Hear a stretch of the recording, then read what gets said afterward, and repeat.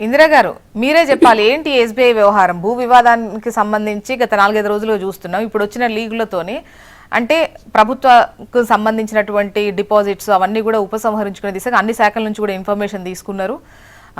Lead బ్యాంకుగా తొలగించేటువంటి ఆలోచన చేస్తున్నారు, ఖాతాలన్నీ మార్చేటువంటి ఆలోచన చేస్తున్నారు అన్నటువంటి వార్తపై ఏంటి మీ స్పందన ఏంటి? ప్యానల్లో ఉన్నటువంటి మా ఇద్దరు సోదరులకు, మీకు అలాగే హెచ్ఎంటి ప్రేక్షకులకు గుడ్ మార్నింగ్ అండి.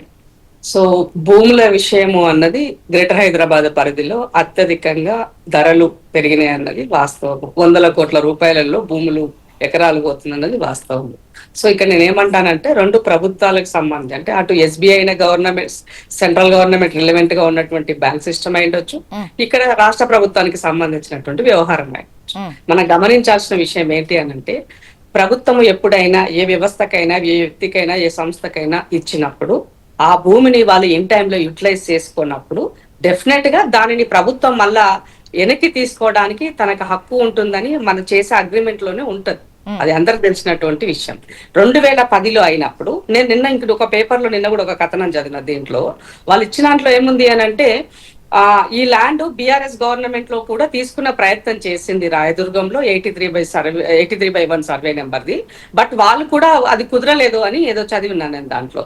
అగైన్ ఇప్పుడు ఈ గవర్నమెంట్ వచ్చిన తర్వాత భూమి మీరు యూటిలైజ్ లో లేనప్పుడు డెఫినెట్ గా ప్రభుత్వానికి దాన్ని వాడుకునేటువంటి హక్కు ఉంటది. నీకు హక్కు లేదని చెప్పడానికి లేదు ఇక్కడ. సో మీకు కావాల్సిన దానికి, మీరు పెట్టిన దానికి కంపెన్సేషన్ కానీ లేదు అని అంటే, ఫర్దర్ ఫ్యూచర్ లో మీకు ల్యాండ్ కావాలంటే ఇంకొక స్పేస్ లో ఇస్తామని కానీ ఇలా ప్రభుత్వాలు వ్యవహరిస్తాయి. ఇది కామన్ ఎవరికైనా కూడా, అది వ్యక్తికైనా వ్యవస్థకైనా. అయితే ఇక్కడ జరగాల్సిన విషయం ఏంటంటే, ఎస్బీఐకి నోటీస్ ఇచ్చారు. నోటీస్ మీన్స్ ఎస్బీఐకి ఇన్ఫార్మ్ చేశారు, లోకల్లో ఉన్నటువంటి వాళ్ళ ఆఫీసర్స్ కి ఇన్ఫార్మ్ చేశారు. ఇచ్చినప్పుడు వాళ్ళు ఇన్ టైంలో రెస్పాండ్ అయ్యి, వేలం అంటే ఒక రోజులోనే రేపు వేలం వేస్తామన్నాక అయితే మనం నోటీస్ ఇయ్యం కదా, దానికి ఒక పీరియడ్ అనేది ఉంటుంది. 10 days 15 days ముందుగానే దాని యొక్క 1 week అనేది దానికి ముందు ఇస్తారు, టెండర్ నోటీస్ అనేది దానికి. సో వేలం నోటీస్ అనే దానికి వేలం నోటీస్ వేసినప్పుడు ఆ సందర్భంలో వేలం అవ్వకన్నా ముందు మీరు ఏదైనా ప్రయత్నం చేసినా, లేదంటే సీఎం వల్ల మీరు ఏమైనా ఇచ్చున్నా, ఏదైనా జరిగినా దాని వల్ల కొంత ప్రయోజనం చేకూరుతుంది. కానీ ఒక వ్యక్తికి ఆల్రెడీ మన వేలంలో ఇచ్చిన తర్వాత 236 కోట్లు అనుకుంటా పర్ ఎకరా, ఐ థింక్ సో. సో అది పోయిన తర్వాత ఇవాళ కోర్టుకు వెళ్ళి మేము స్టే తెచ్చుకుంటామంటే ప్రభుత్వ వ్యవస్థలను గౌరవించలేదు అనే విధంగా మా అన్నలు ఇద్దరు మాట్లాడుతున్నారు. నేనేమంటున్నంటే, ఇక్కడ ఎస్బీఐ కూడా ప్రభుత్వ రంగమే. ప్రభుత్వ రంగం అయినప్పుడు ఈ దేశంలో గాని, ఈ రాష్ట్రంలో గాని అత్యధిక లావాదేవీలు. ఇందిరా గారు మీరు లెటర్ పంపారు, వాళ్ళకి అందలేదు అంటున్నారు. అయితే కొన్ని సందర్భాల్లో నేతలు చెప్తున్నప్పుడు కావచ్చు, లేదంటే ఈ ఇష్యూస్ చదివినప్పుడు కావచ్చు, మౌఖికంగా ఒప్పుకున్నారు. అంటే అసలు ఎటువంటి, ఇప్పుడు వాళ్ళ పైన రిజిస్ట్రేషన్ అయి ఉన్నది, వాళ్ళ భూమి అని ఉన్నది, వేలానికి సంబంధించి అంటే ఒక ప్రొసీజర్ ప్రకారం ముందుకెళ్తేనే. ఇప్పటికీ చాలా మంది తాతలు అమ్మిన భూమి కోసం కూడా అది మాదే, మా తాత మాకు తెలియకుండా అమ్మాడు అని చెప్పేసి ముందుకు వస్తున్నారు. సో అట్లాంటిది ఏం ప్రొసీజర్ లేకుండా మౌఖికంగా చెప్తే, మీకు 2.3 ఎకరాలు ఇస్తామన్నాం, చూద్దామన్నారు, మళ్ళీ కాదు కాదని ఆగారు, వేలమైన తర్వాత బయటకు వచ్చారు. ఇవన్నీ నోటి మాటగా చూస్తే ఇద్దరు పెద్ద మనుషుల మధ్య జరిగితే ఓకే, పోని పెద్ద మనుషులు అయితే. ప్రభుత్వాలు ఎప్పుడు కూడా నోటి మాటగా ఏ పని చేయమండి, ఎవరూ చేయరు. ప్రభుత్వం అంటేనే ఆన్ పేపర్ ఉంటది, ఏదైనా ఆన్ పేపర్ ఉంటే దాన్ని అథెంటికల్ గా చూస్తారు. ఇవాళ వాళ్ళు కోర్టుకు వెళ్తే కూడా ఏంటంటే, కోర్టుకు ఆ రోజు 2010లో వాళ్ళ దగ్గర ఉన్నటువంటి ఆ టీజేఎస్ పాస్ నుంచి తీసుకున్నటువంటి దాని బేస్ లోనే కదా వాళ్ళు కోర్టుకు వెళ్ళింది ఇవాళ. సో ఇవాళ ప్రభుత్వం కూడా ఏంటి అని అంటే, యూటిలైజేషన్ లో లేదు కాబట్టి ఉన్న రూల్ ఆఫ్ ఫ్రేమ్ లో చేసి ఉండొచ్చు. సో కాబట్టి నేనేమంటున్నా అంటే, ఇక్కడ దీనిని విద్వేషాలు రొచ్చగొట్టే విధంగా రాజకీయ కోణంలో దీన్ని మాట్లాడాల్సిన అవసరం లేదు. కోర్టులో ఉన్నటువంటి వ్యవహారం కాబట్టి డెఫినెట్ గా దానికి ప్రభుత్వం తరపు నుంచి. సో ఇప్పుడు ఈ లీకులు ఏంటని, ఎస్బీఐ ఖాతాలకు సంబంధించి అంటే ప్రభుత్వంతో ఉన్నటువంటి ఆర్థిక కార్యకలాపాలు, ఈ లావాదేవీలు అన్నింటినీ కూడా ఉపసంహరించి వేరే బ్యాంకుకు మళ్లించాలి అని అనుకోవడము, ఇది అంటే ఇప్పుడు కొన్ని పత్రికలను చూస్తే, ఇప్పుడు ప్రభుత్వ వర్షన్ ఇది అని, ఇప్పుడు ఒక నమస్తే తెలంగాణ బయటికి పేపర్ పేరే చెప్తున్నా వేసింది అనుకోండి, పోని బీఆర్ఎస్ కు అనుకూలంగా ఉంటది, లేకపోతే వాళ్ళ పత్రికను ఇంకో లెక్కలతోనో మాట్లాడడం. కొన్ని పత్రికల్లో రాసినప్పుడు ప్రభుత్వం నుంచి వచ్చిన లీకే అని భావిస్తాం. అది మీకు కూడా తెలియదు. ఏమంటా అంటే, ఈ మధ్య కాలంలో వాళ్ళ అవసరాలను బట్టి వాళ్ళ కోసం కొన్ని వస్తున్నాయి, మేము కూడా గమనిస్తున్నాము.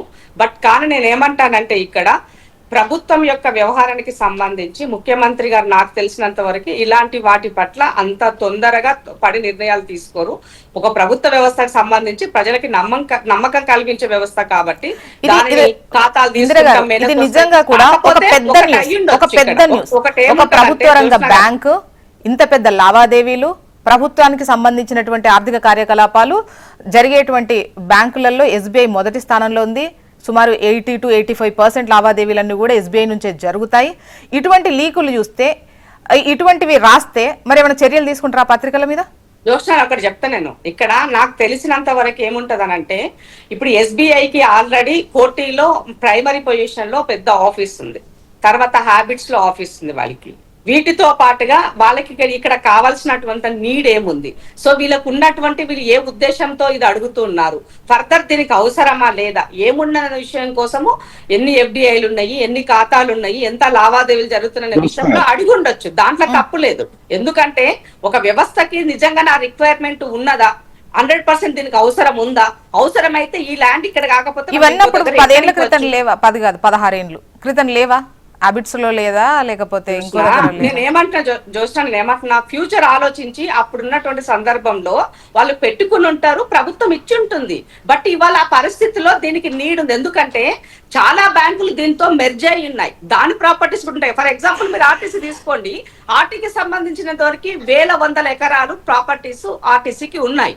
సో ఆర్టీసీకి సంబంధించినటువంటి ప్రభుత్వం తీసేసుకుంటుందంటే యాక్సెప్ట్ చేస్తారా? కార్పొరేషన్ ఒప్పుకుంటుందా? వాటికి సంబంధించి ఒప్పుకోదు కదా. కాబట్టి ప్రభుత్వానికి కూడా తనకు కూడా కొన్ని ఉంటాయి కదా. ఒక ప్రభుత్వం వచ్చినప్పుడు తన యొక్క ఆలోచన విధానికి తగ్గట్టుగా ఏం చేస్తే బాగుంటది. అదేమో ఒక వ్యక్తికి సంబంధించినటువంటి వ్యవహారం కాదు ఎస్బీఐ అనేది, అది ప్రభుత్వానికి సంబంధించినటువంటి ప్రాపర్టీ. ఇక్కడ కూడా రేవంత్ రెడ్డి గారికి సంబంధించిన వ్యవహారం కాదు కదా, ముఖ్యమంత్రి గారు ఇంట్లోకి పోయేది కాదు కదా, ప్రభుత్వానికి సంబంధించింది. వేలమేస్తే వచ్చే డబ్బులు కూడా ఎవరికి వెళ్తాయి? ప్రభుత్వం తెలంగాణ ఖజానాకి వెళ్తాయి కదా, తెలంగాణ ఖజానానికి వెళ్తాయి కదా. కాబట్టి ఇక్కడ మనం విద్వేషాలతో కాకుండా, ఎవరో రాసిన దానికి మనం ఇక్కడ స్టోరీలు చేసుకోకుండా, వాస్తవాలు ఏంటి అన్నది త్వరలోనే బయటకు వస్తాయి. ప్రభుత్వం ఈ అంశానికి సంబంధించి కొన్నిట్లో వేస్తే అసలు అది టాపికే కాదు అన్న దానిలాగా చూస్తారు. విమర్శనాత్మకంగా ఉన్న కథనంగానే చూస్తాం. లీకులు రాసి అత్యుత్సాహంతరంగా ఇలాంటి లీకులు రాసి ఏదైనా రాస్తే డెఫినెట్ గా గవర్నమెంట్ కూడా అవన్నీ గమనిస్తుంది, తప్పకుండా సమాధానం చెప్తారు.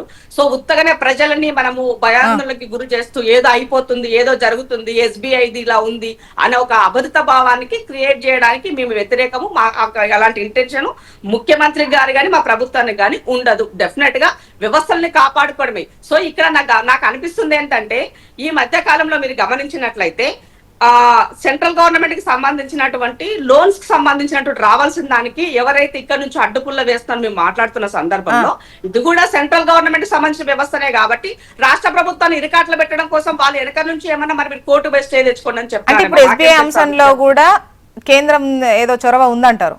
డెఫినెట్ అదే అంటున్నాను. రాజకీయ కోణంలో ఈ రాష్ట్రంలో ఎట్లనైనా ఈ ప్రభుత్వాన్ని ఇరుకాట్లం పెట్టాలి, రేవంత్ రెడ్డి గారిని ఇబ్బందులకు గురి చేయాలి, ఏవి డబ్బులు రాకుండా చెయ్యాలి, ఇవన్నీ కూడా చాలా పకడ్బందీగా బీజేపీ బీఆర్ఎస్ కలిపి నాటకాలు ఆడుతున్నారు. కాబట్టి ప్రజలు దీన్ని గమనిస్తున్నారు.